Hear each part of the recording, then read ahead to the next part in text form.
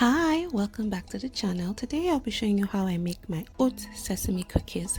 This is a nutrient dense cookie. So can you like my channel? Give this video a thumbs up, share with your friends, and let's get down to this goodness. So I'll be using some butter, unsalted butter. I'll be leaving all the measurement in the description box below to endeavor to check. Now I'll be adding some honey. We will not be using sugar for this recipe, so it's like a purely nutrient dense, fiber rich, like goodness. So you whisk that up until it's fully combined, and now we're going to be adding our eggs one at a time,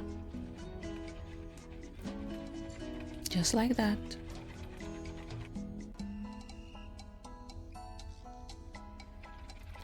So once we're done with our wet ingredients, now it's time for our dry. Here I have just oats, instant oat. Now I'll be adding some ginger powder, some baking powder, and some mixed spices. The mixed spices has a bit of cinnamon, cloves, nutmeg. I'll be leaving everything in the description box so you know what I'm talking about. Now I'll be mixing that up with my fork, and I added a bit of salt too. So now it's time to add our cleaned sesame seeds. Doesn't it? Because they're a lot. And then we're going to mix that up nicely. Once it's fully incorporated, it's now time to combine our dry to our wet. Can you see how easy this recipe is?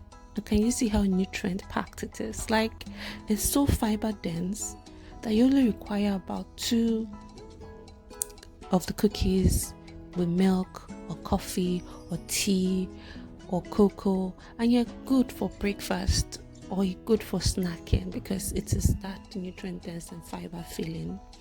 So you fold that in and mix it nicely. Look at that. And then you're going to cover and allow it to rest for about 20 minutes in the refrigerator before you now shape it to different shapes. I've shown you how I shape my cookies before, and then you bake it for about 20 minutes at just 180 degrees Celsius, and it's ready, guys. Just look at that. Look. This became my weekly snacks, like literally whenever I've had breakfast and I just feel like snacking, I usually just have like 1 or 2 in my bag. So thank you so much for going on this journey with me. Until next time, guys.